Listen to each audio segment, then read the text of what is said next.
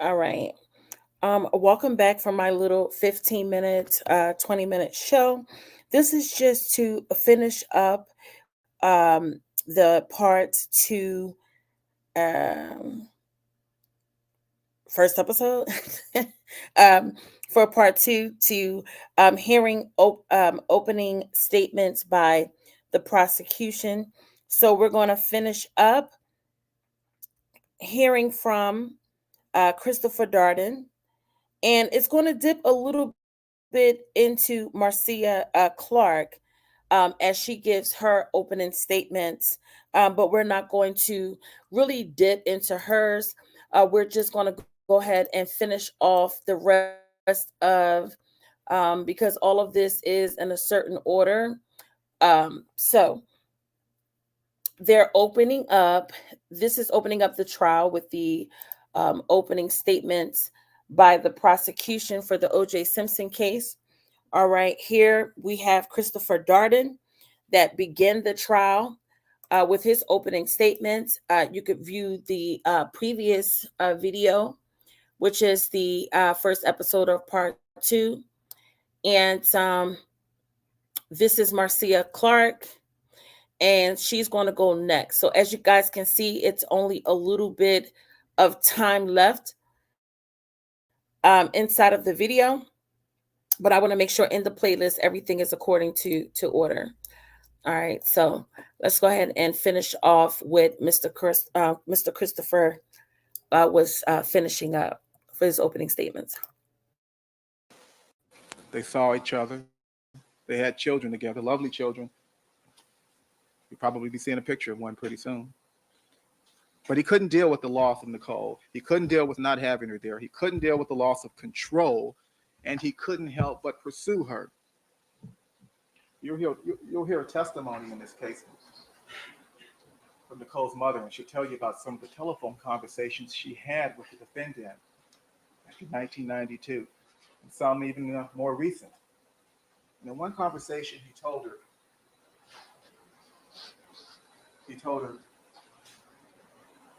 he said, all my friends tell me that I should just leave her alone, just forget about it, just go on with my own life. And when Mrs. Brown said, why don't you do that? Let her go. If you let her go, then maybe she'll come back to you. Just let her go and maybe she'll come back. And his response was, I can't. You know I can. You know I can't help myself. Now that there is OJ Simpson's oldest daughter. Okay, as you can see, she's not particularly going. She is from a previous marriage that OJ Simpson had. Her mom is alive and well during this time. All right, so just imagine how his family feels. The lady in the blue is also his mother. He can't let her go. He couldn't let her go. He couldn't help but pursue her. He couldn't leave her alone. He couldn't handle the loss of control. And because she had left his house and moved somewhere else and established her own home, her own house, and began establishing her own relationships, he did the only thing he could do to gain control, to try to regain control, to try to find out what was going on with her. And so he stalked.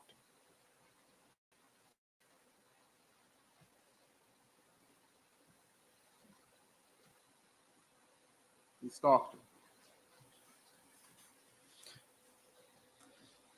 When she left Rockingham in January of 92 and set up a new household on Gretna Green, also in Brentwood, she began dating a man named Keith Zalamzowicz.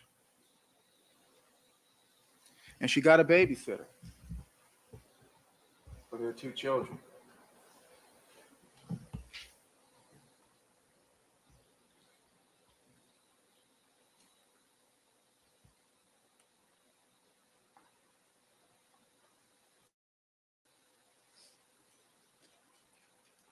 Whenever Keith and Nicole would go out, not every time, but enough, he would show up. They went to a nightclub, and Keith will tell you about this. He'll be here to testify. The defendant showed up. They went to a restaurant called the Tryst. It had just opened. Nicole and Keith and some other friends, they were there. They got a table. They began to have dinner. And as they sat there having dinner, guess who showed up? Guess who attempted to gain control again? The defendant showed up. And that'll be reflected in the evidence and in the testimony. And what he did is he walked into the restaurant. He saw Nicole and Keith and her other friends. He went to another table. He grabbed a chair. Now, the chair was facing in an opposite direction, but he grabbed the chair. He turned it around. He sat there staring at Keith and Nicole and their dinner party.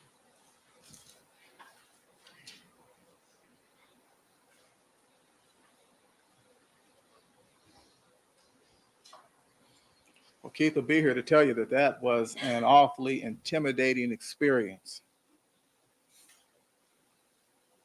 Why?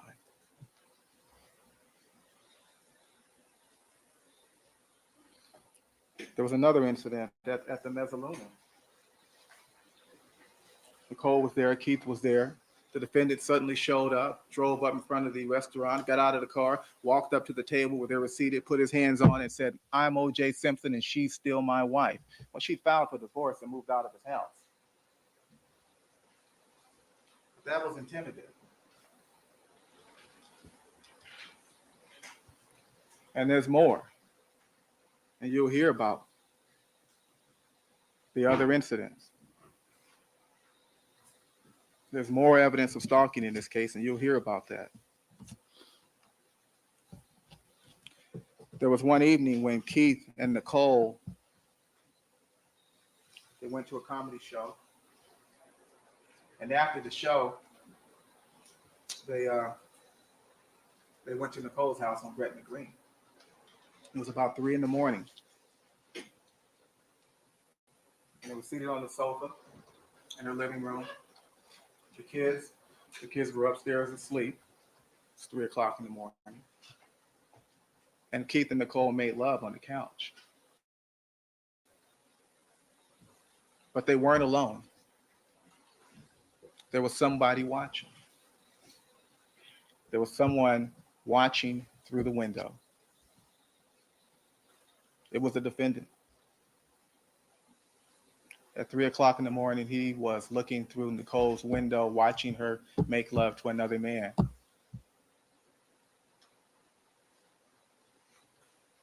And the next day, when Keith and Nicole were together, he walked right into her house.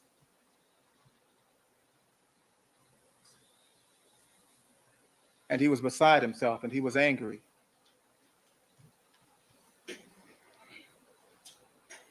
Said some very naughty things. But one of the things that he said to Keith and Nicole was that he said, "I watched you last night. I watched you and I saw everything.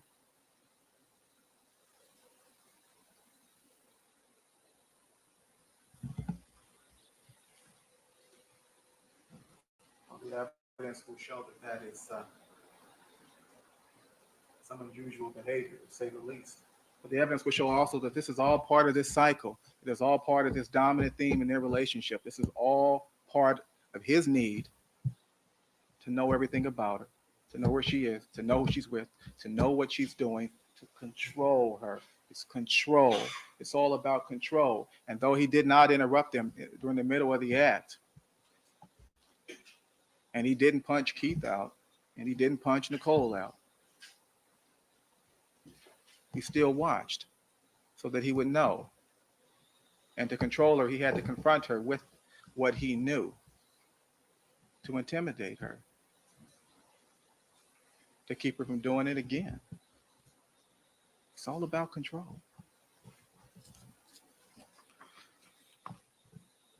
Well, over the months, Nicole still wanted to believe that they could be a family again together.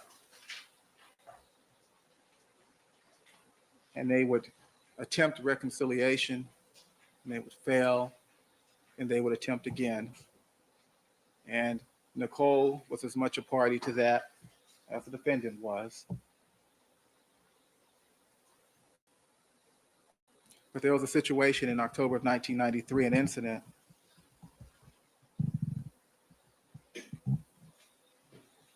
another control incident.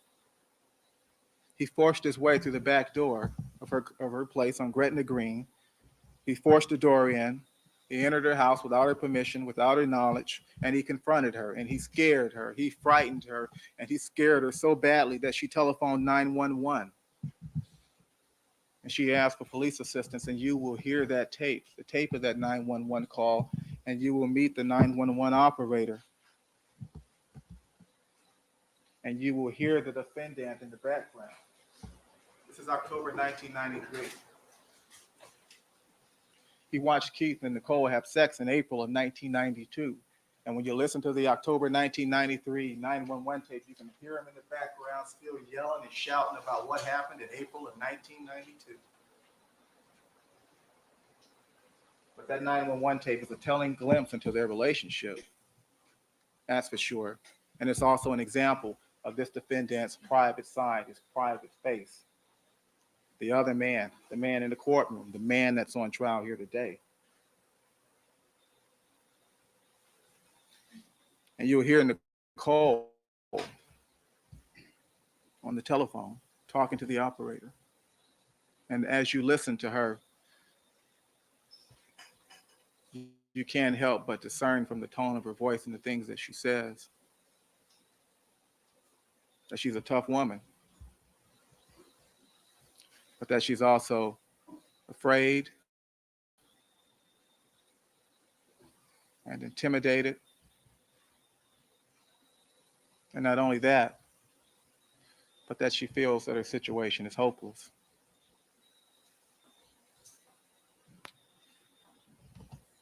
The evidence will show that by October of 1993, Nicole, her situation was hopeless, and she was helpless.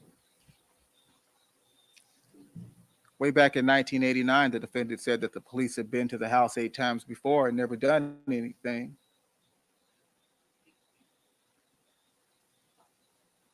Nicole said the same thing on the telephone to the 911 operator in 1993. Her situation was hopeless and she was helpless. And you can infer from the evidence that Nicole Brown expected or had no expectation that anyone would ever do anything to this defendant because he beat her. There was no help coming and she didn't expect any help.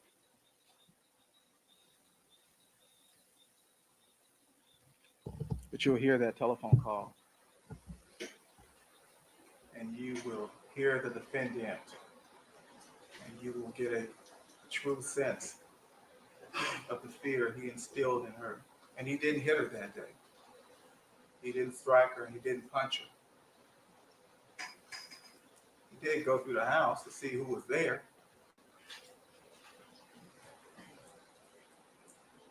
But he didn't hurt her that day.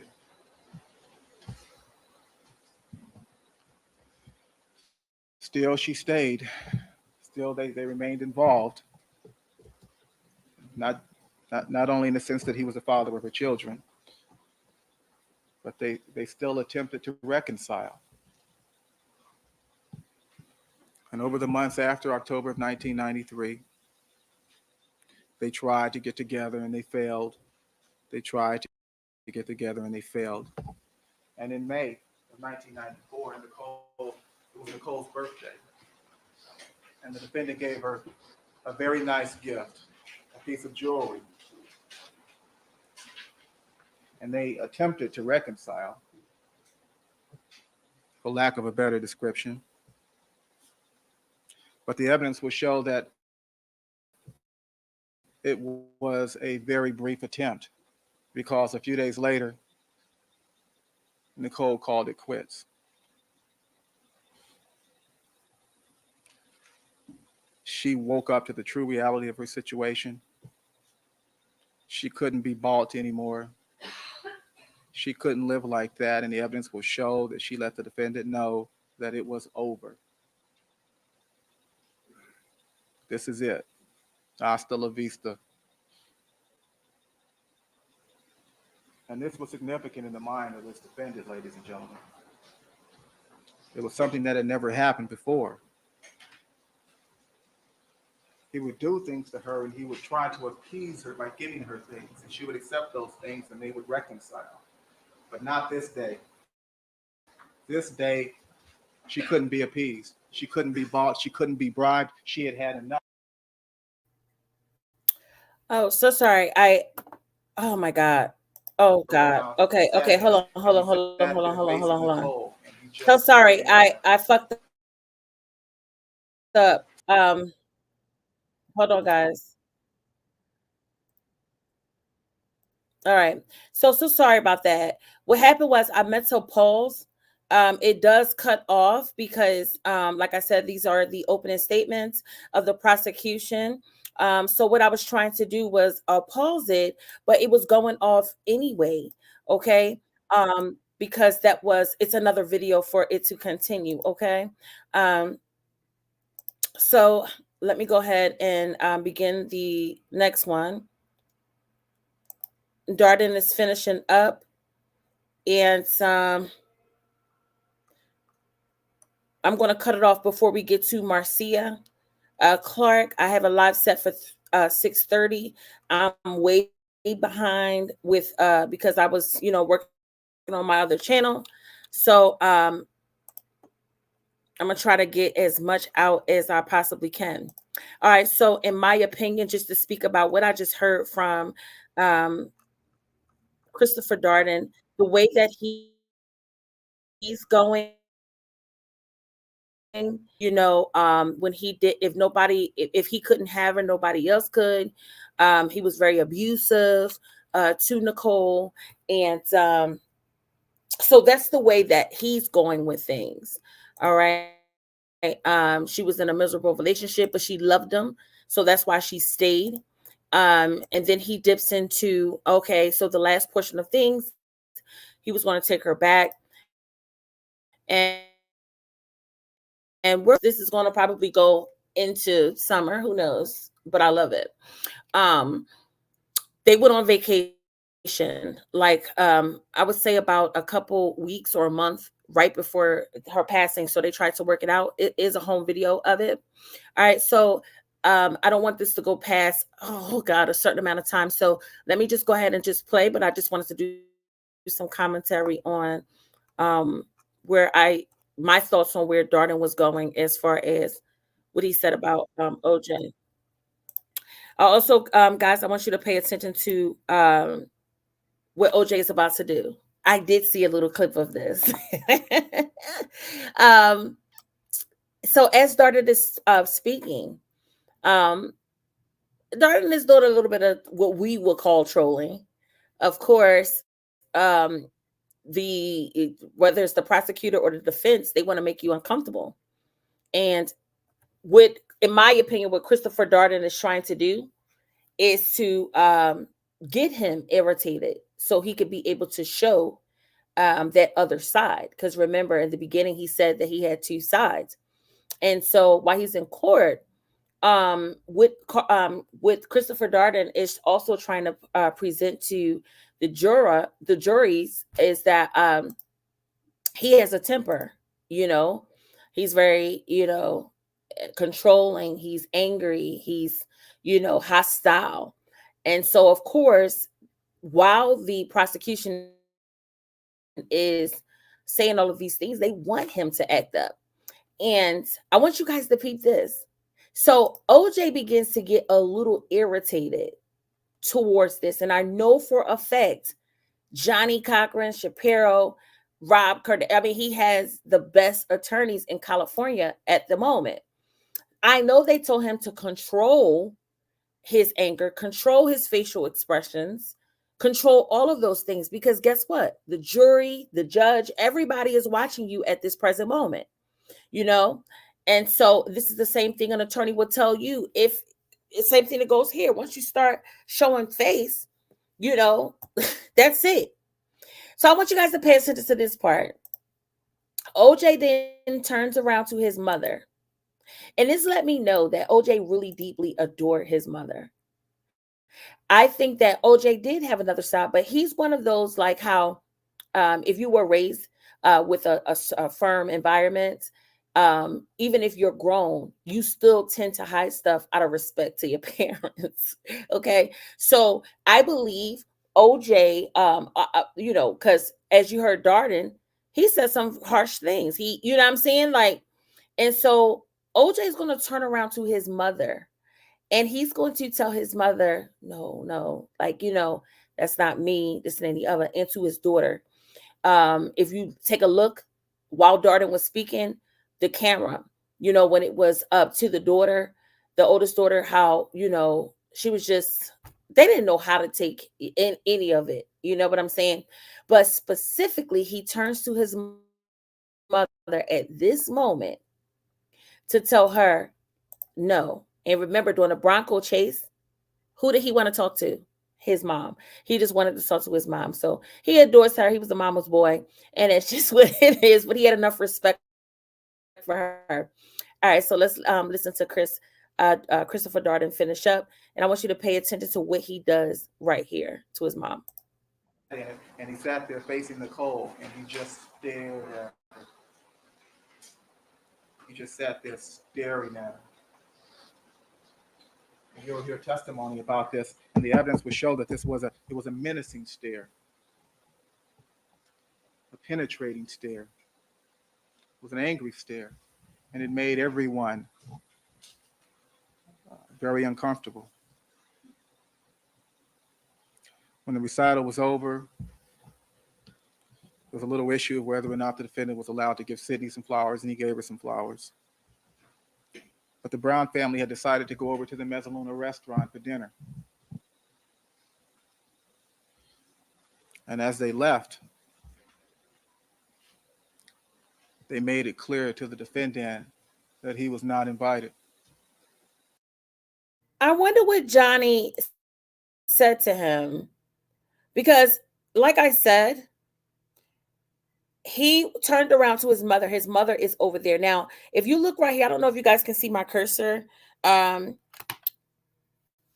a live stream, but right here, that's his daughter, the oldest daughter. But over more to it would be our left, okay, is the mother, the sister. And so, like I said, we just saw that gesture of him, basically saying, looking at his mom saying, come on now. Like, you know what I mean? So you could tell he's sugar, and he has one of those mothers that believe everything, but whatever. But I wonder what Johnny whispered to him. I think that Johnny was reminding him to keep his cool. Shapiro is behind him, but I wonder why Shapiro didn't say anything. But Shapiro is the lead defense, or he probably took down during the trial. I have to forgive me if I'm wrong, but I think Johnny Cochran is the leading attorney. Okay, at this point during trial, during the preliminary, it was Shapiro, but Shapiro is right behind him. But Shapiro is more of the brains. Because you could tell he was really, really paying attention to what the defense, I'm so sorry, what the prosecution was saying. And Johnny turned around, and I'm gonna go back a little bit because I would like to see if I know I won't be able to read his lips. I know that for a fact because he did cover it a little bit. But I want to catch that. Okay, so I can only go back a little bit there. So let me play there. And you'll So hear he's losing his testimony about cool. this, and the evidence will show that it was a menacing stare, So the menacing stare, look. a penetrating stare, He an fucking with angry him, of stare, and course. it made everyone very uncomfortable. See? No, not me. When the recital was over, there No, not me. was a little issue of whether or not the defendant was allowed to give Sydney some flowers, and he gave her some Look, flowers. now he's telling his mom, no, no, But not the me. Brown family had decided to go over to the Mezzaluna restaurant for dinner. Okay. And as they left, They made it Okay, clear to so the it looks like defendant. he's saying something like, don't do that. I might be tripping, but it looked like he did say something to him. And towards the end, he's saying, don't do that. And then he's shaking his head, right? To me. Okay. And OJ looks like he was saying back to Johnny Cochran, oh, I was just talking to my mom, or something like that, or just gesturing what he was doing. And so Johnny got on him, and now he's, because he was losing his cool. I'm going to watch it one more time, guys. This is what I do, and this is what I enjoy. So I'm just want to just see and then we're just going to let it rip from there. Is this it right here? No, he didn't told him no right there. Go back just a little bit.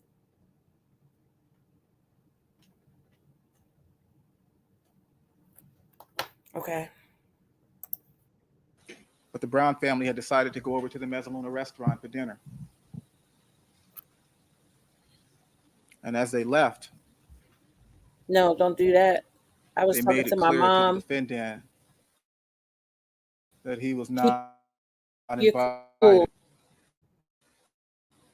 because he tightened up. And he wasn't invited. Shapiro is focused on what's being And by said. not inviting him, it was a reaffirmation of what he'd already been told, and that is that it was over. He was no longer being treated as a part of the family. He was no longer the centerpiece of every family outing. See, his mom is in the Nicole was blue. getting on with her own life. That might be the ex-wife by the daughter. And as the Brown family left, they looked toward the defendant and they saw him, and he was angry and he was depressed and they were concerned. And everyone wondered,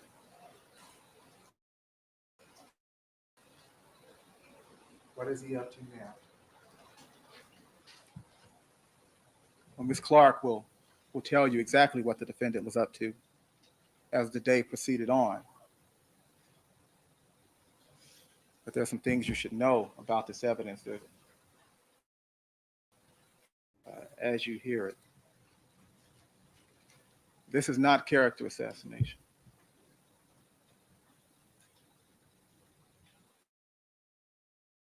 This is evidence of a controlling personality, of a controlling relationship. It's proof of jealousy. And as Ms. Clark talks and as the evidence develops in this case and as you hear it and see it and process it, you'll see that cycle of violence.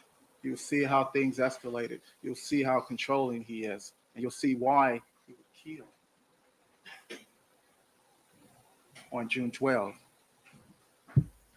This is not character assassination. This is not some tabloid prosecution. The evidence you will hear in this case will be evidence of this defendant's life, his conduct, the things he did. You hear evidence of his relationship with one of the victims. And as you hear it, as you hear the evidence and as you listen to Ms. Clark, you see how it is that Ron Goldman happened to be at the wrong place at the wrong time. As you listen to the evidence, you'll see that his decision to kill finally was merely a final link in a progressive chain of abusive and controlling conduct.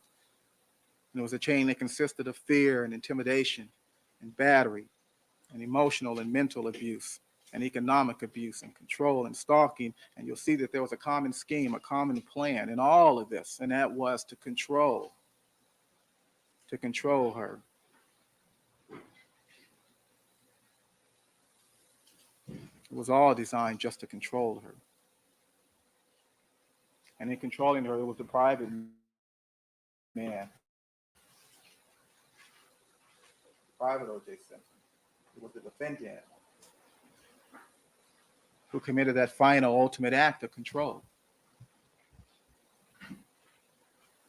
She left him.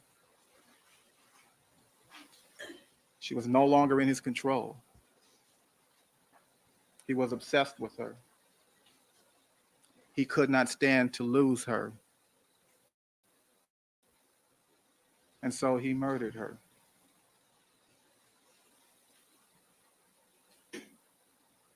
And as you hear the evidence in this case, it will become clear that in his mind, she belonged to him. And if he couldn't have her, then nobody could. Thank you.